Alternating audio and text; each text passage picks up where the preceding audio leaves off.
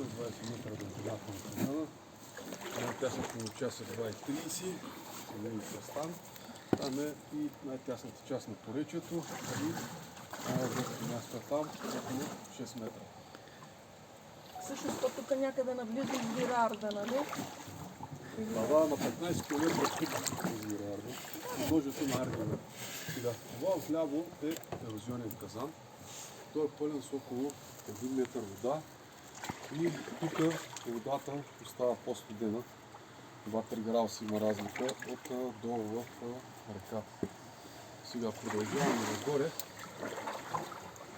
Сега тук отляво са образували красиви промени. Те са се образували най-вече при пълноводие от ерозията на водата, продължителната сила на водата. Вижте рака тук. Да.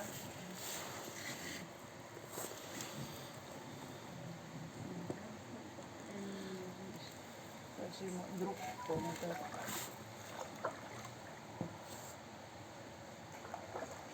Най-вече са се образували тези промени в пълноводие от завихрането на силните течения, от ерозията на водата и от разрушителната сила на водата. Това се случва хилядолетен тук. Река Арда е дълбала и оформила тези красиви форми. Сега вижте тук. Калфеевото цвете също така посреща тук. Има няколко растения за него. И рибки мънички има. Има. Ето, вижте там. Има две растения, по-нагоре има още 2-3. Да. Цъфти от май до юли вече е процъфтяла в средата. Жълтичко ли дето? Не. Само зелени листа, много листа. Ага, да. Сега, отляво, вижте, се е образувало какво образование тук. Завихряне има. Сега, отляво, това е малко ерозионно казанче. Част от водата тук е съхва. Ето тук в тази част. А в тази цилиндричната си остава вода и там също водата остава по-студена. Сега, дясно, това е гнездо на воден кост. Това гнездо в тази година. На миналата година имаше отляво. Отляво имаше там над този фронт, там е горе на този жълт.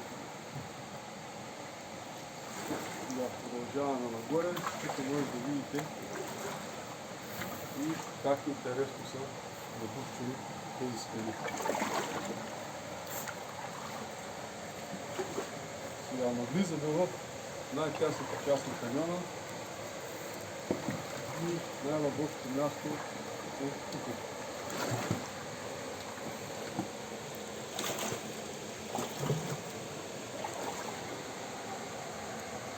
Сега тук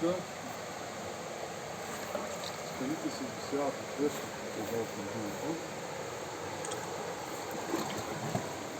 И влезнем в този хрон да разгледате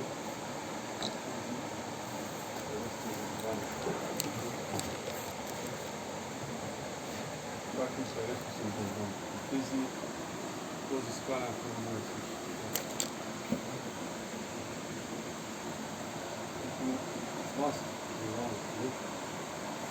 Тук отляво под този просък има още скалите. Човешка глава. Човешки образ. Мечела. Да, действително, да, видях. Сега тук вижте колко интересно са напускани тези скали. Продължаваме нагоре.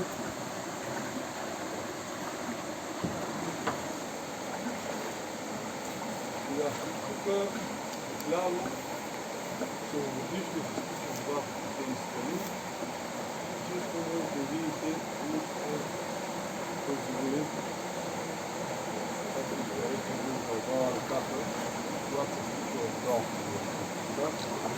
И може да разгледате алеята, отляво и отдясно. И отдолу към дъното, как интересното издълбани тези малко стени. Сега тук още малко обръщане и се връщаме обратно.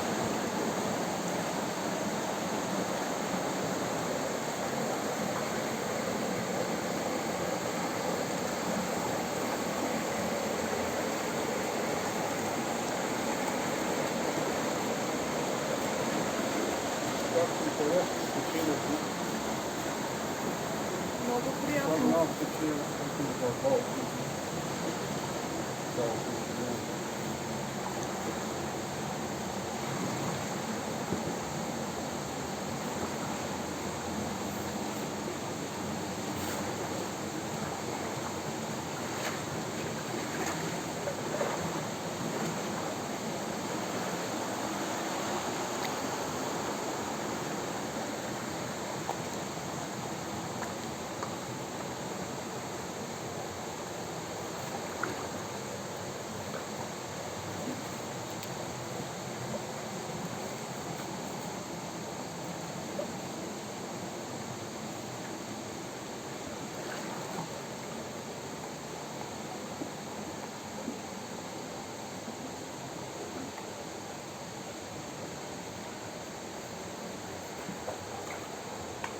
Красиво. Да. Наистина.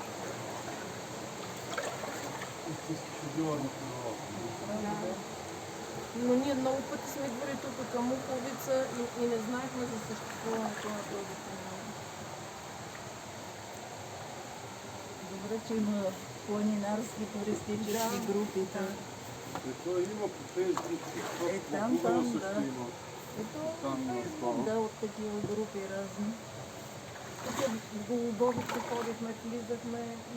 Просто никой не е споменал за този канал. А ние сме минали покрай Да, него. да. Никой не е споменал за Голубовица. Да, да. Да, па и оттам не Може се... би се забравя. Там, да, казаха коментарите за тази ледница, където е към Железница. Гела, към Към Гела, Гела, да, да. железница и пещерата. Но за каньона абсолютно не...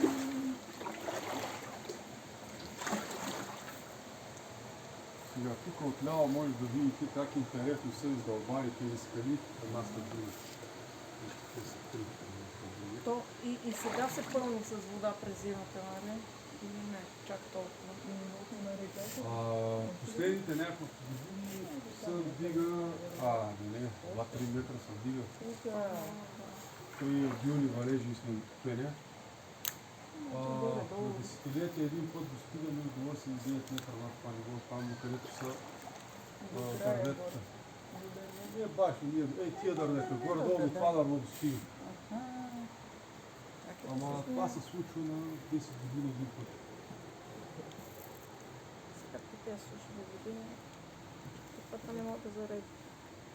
Ето зареди. Вземи отпред. Дръж. Ето така. Ще хвана и тебе. Добре. Сега при пълноводие, тези големите камъни там, които двата, Да, се тя ги скрива. покрива. Се скрива. Значи тук се Тук сериозна е работа. тесно. Арда е пълноводна река и тя като придойде, тук в теснината и набира височина. Отива нагоре. Да. Е, Това това е. на къде да се разстеле.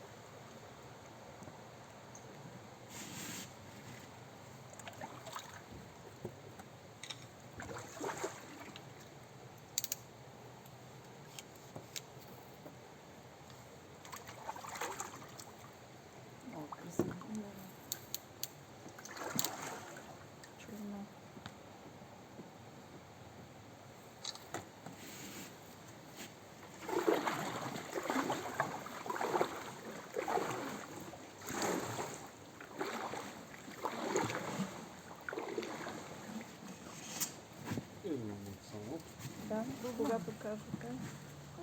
По обратен ред, който се е качил